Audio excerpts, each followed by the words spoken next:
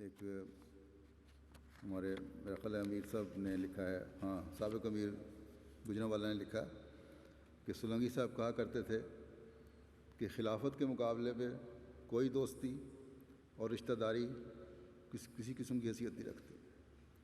1974 میں سولنگی صاحب کے خاندان کے بعض افراد نے کمزوری دکھائی، مگر یہ اس وقت بہت کم عمر تھے۔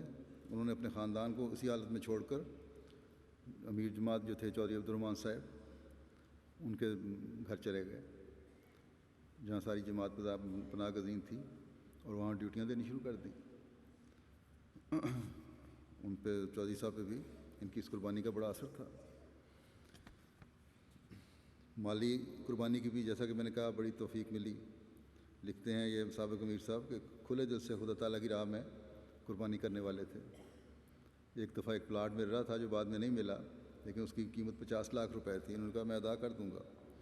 بہرحال وہ تو نہیں ملا، لیکن اس کے مقابلے پر ایک اور کوٹھی مل گئی 44 لاکھ روپے کی، جس کی قیمت انہوں نے ادا کی، اور جو جماعت گیسٹ ہاؤس کے طور پر استعمال ہو رہی ہے۔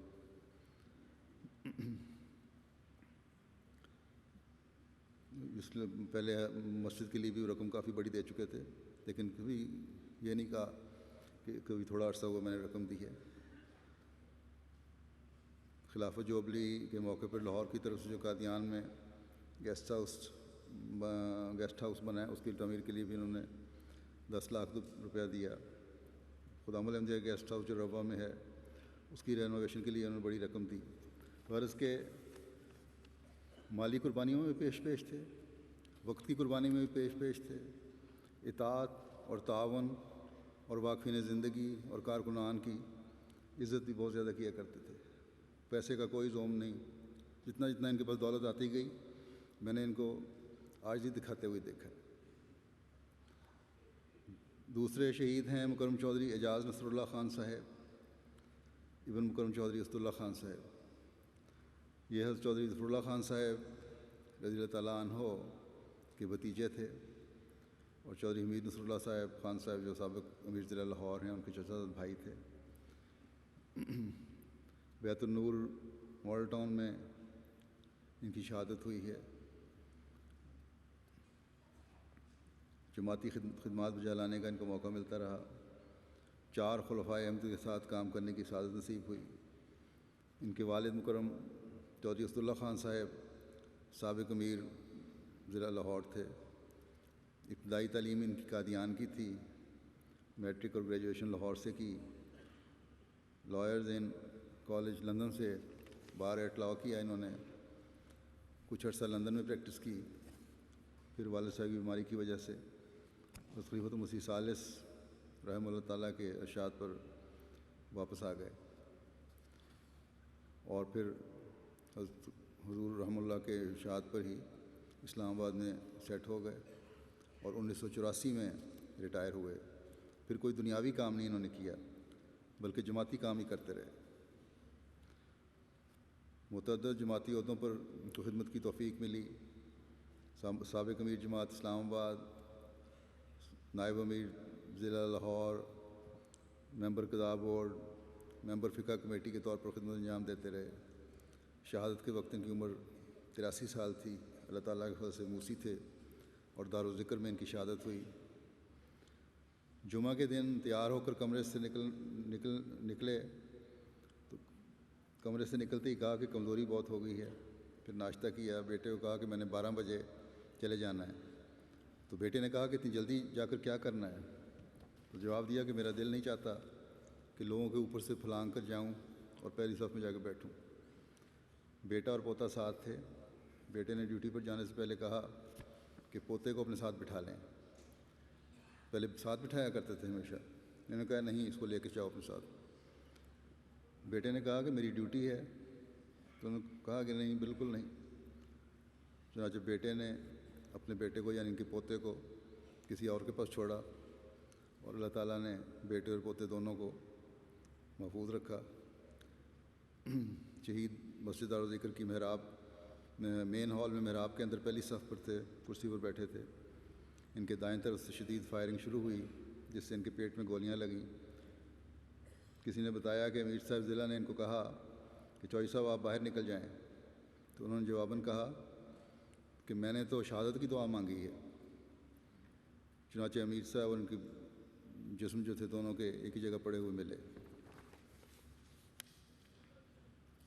مولوی بشیر الدین صاحب نے خواب میں دیکھا کہ آسمان سے سفید رنگ کی بہت بڑی گاڑی آئی ہے، اس میں سے آواز آئی کہ میں آپ کو لینے آیا ہوں۔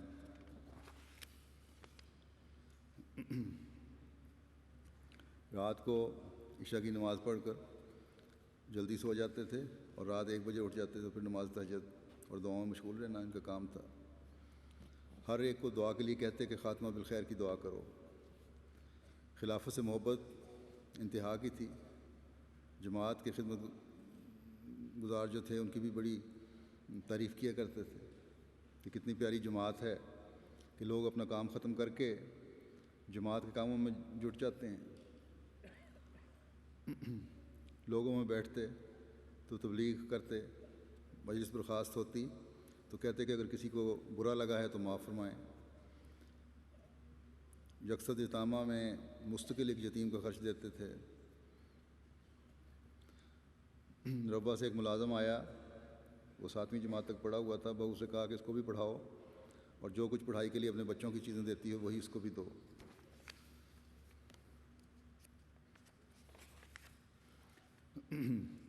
کہ بیٹے کا بھی بیان ہے، اور ایک پہلے بھی کسی اور نے بھی مجھے لکھا ہے یہ کہ خدا کے فضل سے جہاں تک موسی کا تو پہلے ذکر کر چکا ہوں، موسی تھے اللہ کے فضل سے، بچپن سے ہی ایک خواہش کا اظہار فرماتے تھے کہ خدا جب سے وصیت کی ہے کہ زندگی میں اس کی وصیت کی ادائیگی کی توفیق عطا فرمائے۔ چنانچہ ایسا ہی ہوا اور اللہ تعالیٰ نے شہادت سے 3 سال پہلے ان کو اپنی جائیداد پر وصیت کی ادائیگی کی توفیق عطا فرما دی، اور شہادت سے چند روز پہلے اپنے سارے چندے ادا کر دیے۔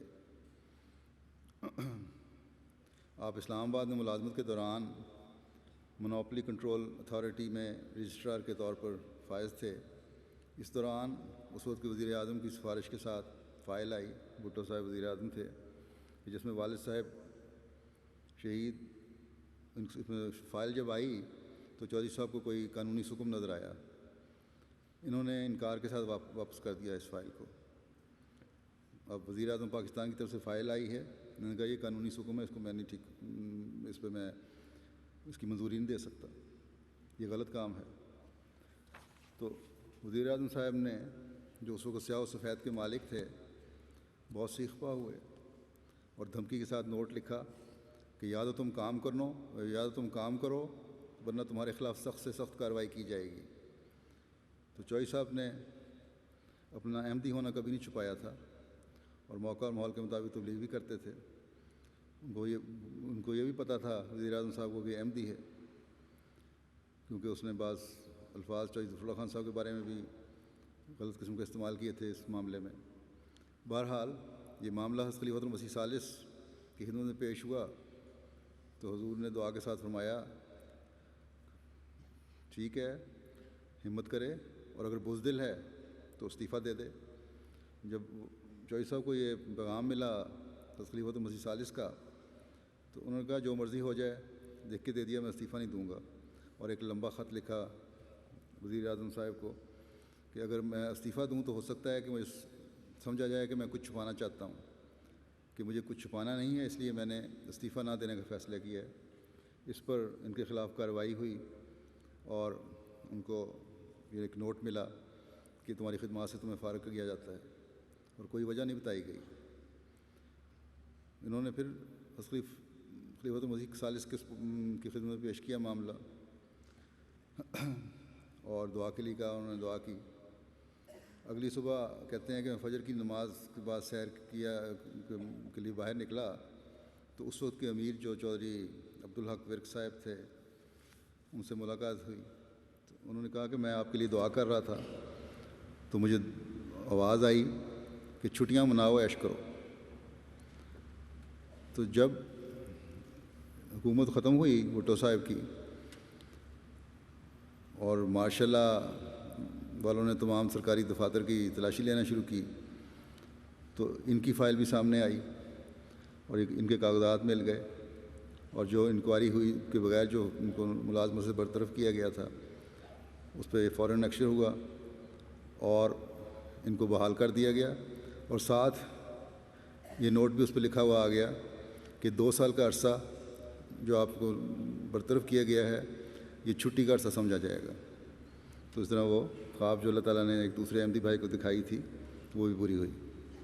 اور یہ بھی اللہ تعالیٰ کا عجیب کام ہے کہ اگر کسی مخالف احمدیت نے ان کو برطرف کیا تو بحالی بھی مخالف احمدیت سے ہی کروائی، اور ضیاء الحق نے اس کی بحالی کی۔